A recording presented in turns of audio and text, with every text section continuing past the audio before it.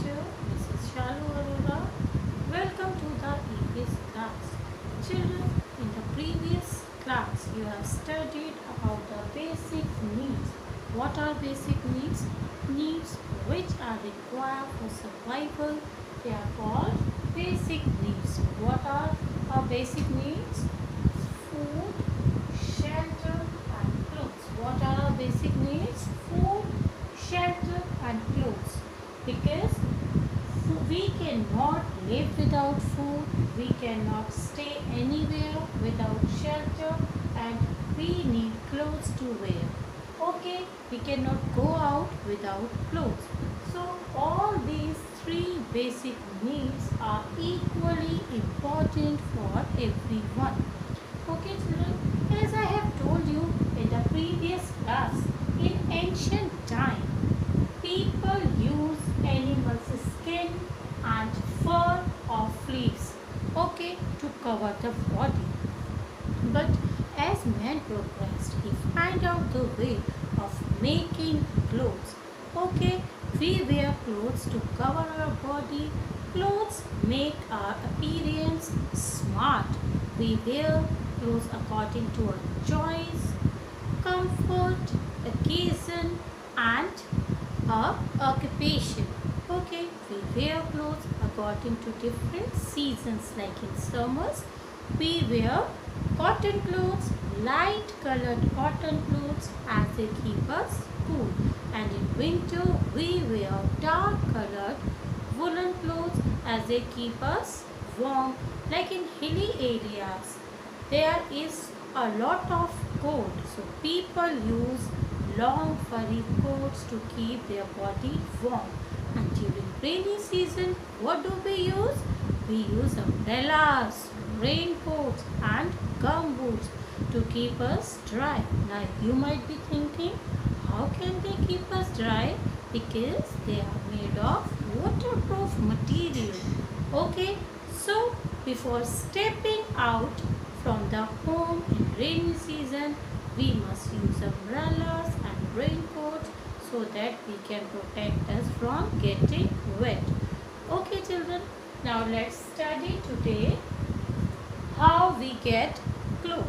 Okay children, clothes are made of raw material. Clothes are made of raw material like cotton, jute, silk, and wool. Okay, I'm repeating once again. Clothes are made of raw material like cotton, jute, silk, and wool.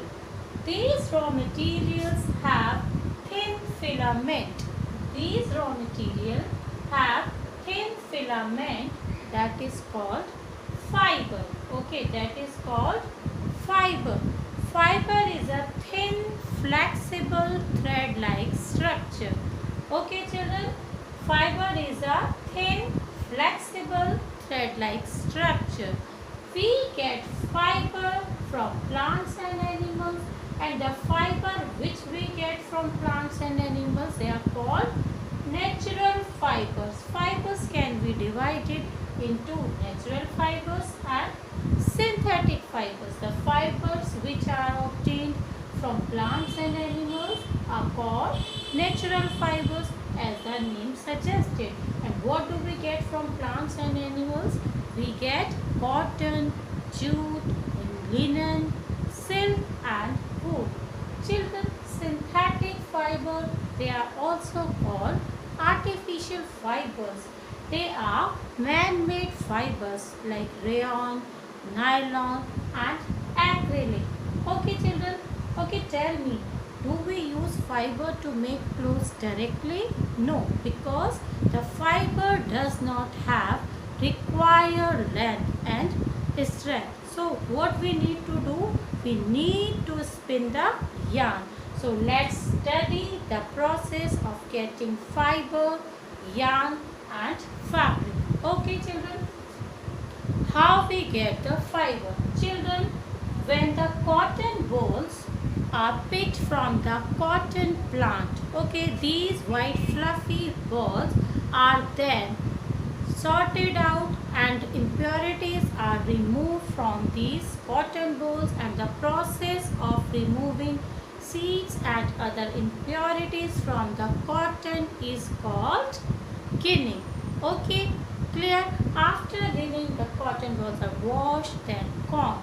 Okay, after that, in big machines, yarn are made. What is yarn? Yarn is a long thread, like continued thread. Yarn is a long continued thread, long thread, that is called yarn. In previously it was made by the charkha or takli. You might have seen a Rashtrapita Mahatma Gandhi used charkha for spinning, but nowadays after the advancement there are big machines to spin, okay, to spin the yarn. And after spinning the yarn is kept together into two sets to make fabric, okay, to make fabric. Clear? So, and the process of making fabric, from yarn is called weaving. Okay, I am repeating once again. What is ginning, what is spinning, and what is weaving? Okay, children. The process of removing impurities from the cotton is called ginning. The process of removing seeds and impurities from the cotton is called ginning. And what is spinning? The process of, and what is spinning?